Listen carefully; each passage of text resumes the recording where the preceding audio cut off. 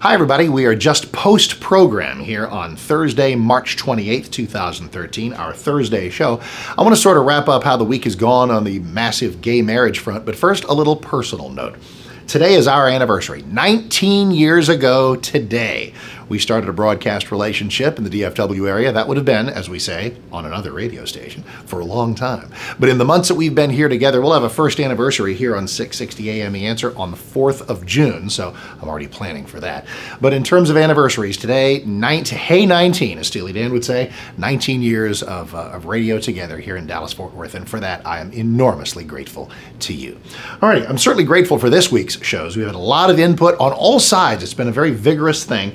And what it's boiled down to, as I thought it would, as it did before the Supreme Court, is the difference between the argument that you would make for or against so-called marriage equality in the debate that you would have in your state. Some people say that marriage equality is a basic right, that it should happen, that it promotes marriage and stability and gives these people joy.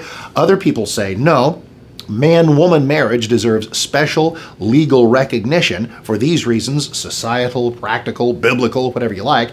And that is exactly how the debate should go in Texas and Arizona and Maine and Florida and Iowa and in all the 50 states, because each state has the right to determine which marriages it will recognize.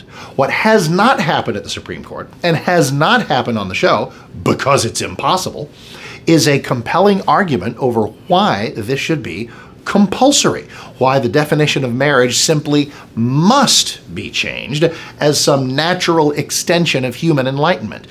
People are very, very fond. I mean, get into a conversation with somebody about this who disagrees with you about man-woman marriage. If you're taking the sort of the conservative side, just start the clock, because it won't take long before they get to issues of race, as if it's exactly the same thing. Well, we used to tell interracial couples they couldn't marry, and we used to have blacks in the backs of buses, and we don't do basic rights on a show of hands. Absolutely true. But it is not a basic right to have your gay union recognized as the legal equal of a heterosexual union in a given state or anywhere. It's not a right anywhere. It is something you can fight for, and in some states you'll win, in some states you'll lose. That's the landscape. That's what liberty looks like. And interestingly, even with some of the crazy questioning from the swing vote, Anthony Kennedy, at one point Justice Kennedy said there are 40,000 children in California currently being raised by same-sex couples. Doesn't their voice deserve to be heard here? Really? I mean, talk about your heart eating your brain. We all love children, and I of course, am open to the testimony of the children of gay couples who say, life is great, we're having a great time. Good, that's fantastic. But to suggest that the wishes of a 10-year-old are what guides the law? If kids run the law, then divorce is going to be illegal very soon. And if Justice Kennedy is that sensitive to the interests and the voices of children, wonder if he'd apply that to, I don't know, Roe versus Wade. Just saying.